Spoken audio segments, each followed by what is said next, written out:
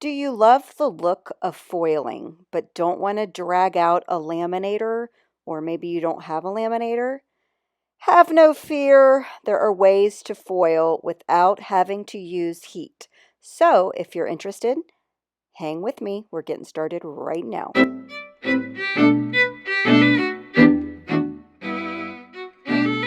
So today's video, I'm going to make 3 cards. I'm going to use the Autumn Wishes stamp set.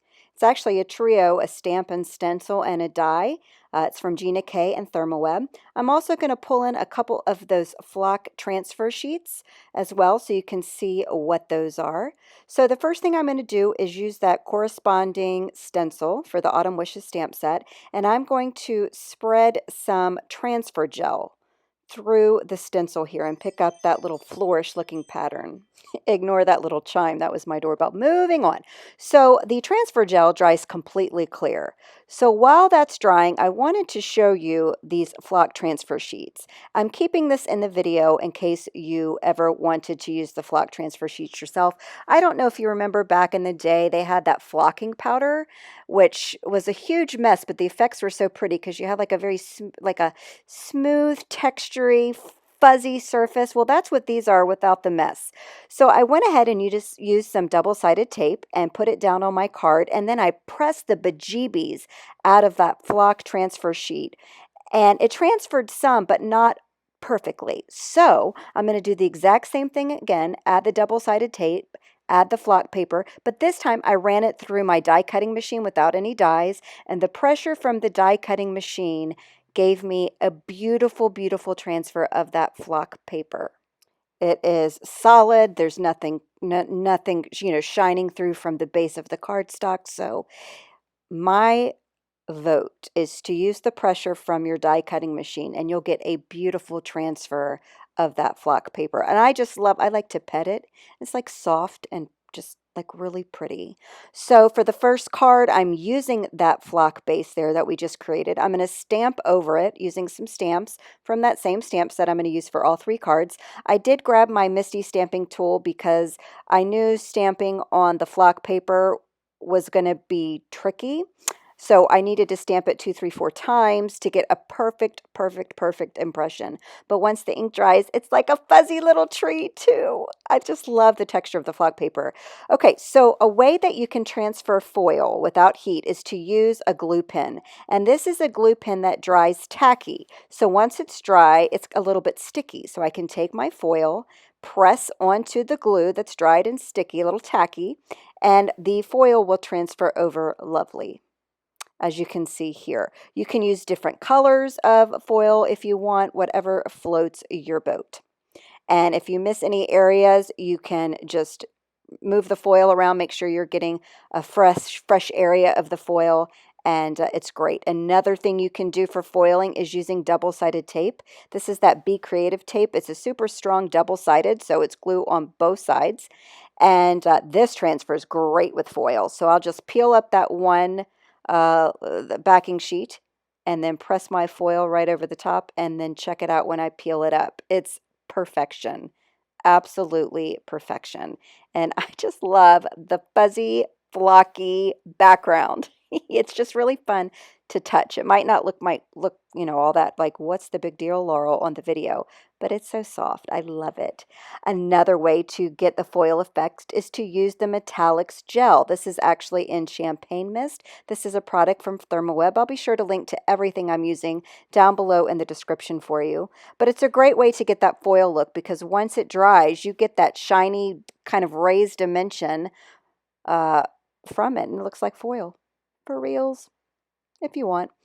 So here I'm just kind of sprinkling on little dots of this glue, and when it dries, I'm going to take that same foil that I used for the tree and just press down on there and kind of like give it the look of like, I don't know, golden raindrops, golden snowflakes, golden polka dots, whatever floats your boat. So this card is got so much texture from the foil, from the stamping, from the background, and from the flock paper, of course. And I just adhered this down to a piece of mirrored cardstock. So this card is really quite eye-catchy.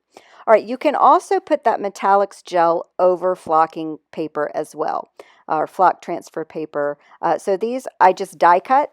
This is the actual pink piece that I did at the beginning of the video that didn't transfer perfectly because I wasn't able to press hard enough, but it's so pretty and a little bit of that white is shining through. So I'm just adding some of the details from the stencil onto the flock paper with that Metallix gel, and that gives you like little foiled looks over the flocking paper. So you can stamp on it and you can use the gel on the flock paper too and get the look of foil without heat.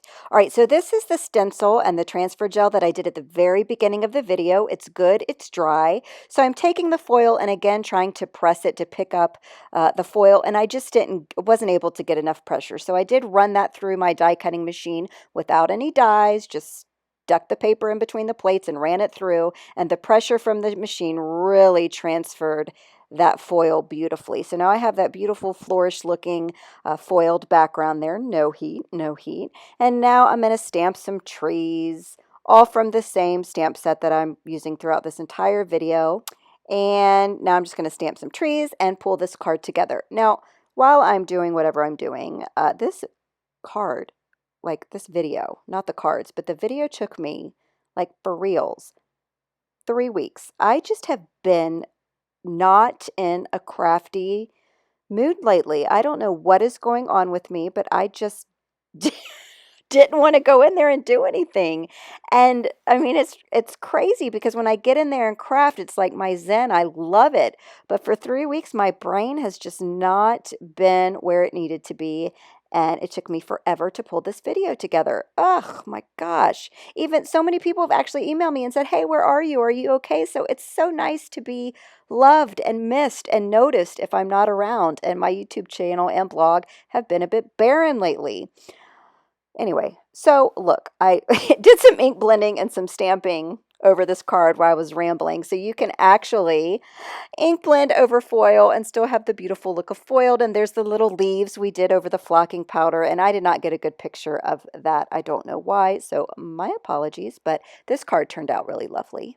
And here is the last card, probably my favorite because it incorporates watercoloring, and I'm really into that. So I'm just going to create a quick wash. So anytime I watercolor, just to do something really quick, here's the tip. Spray your card, this is watercolored cardstock by the way, with water and then add your paint. And that water on the cardstock is going to just like do that blending for you and really get those paints moving. So that's what I did here. And I decided to do a little pink, a little red, a little yellow. I don't know. I'm really into this color scheme lately. Oh, look, I did a little bit of orange, just whatever, because I knew I was going to tie in that gold foil. So I thought that would look good against the gold foil. So once this is done, just let it be. Let it be, let it be, and then it's dry. And then I'm going to take a glue pen. This is the Nuvo glue pen, and I did add little squigglies all over that watercolored paper, which I did not get on video. Again, oh my gosh, this video is just very PC, I apologize. And then once that glue is dry, you know, I'm able to transfer that gold over. And so now I have these really cool streaks of gold foil, no heat. And those are dies I just die cut with black cardstock. I did no stamping, I did no nothing, just like they're black silhouette trees. And I thought that would be really pretty against the background there. So I'm going to stamp a sentiment from the same stamp set.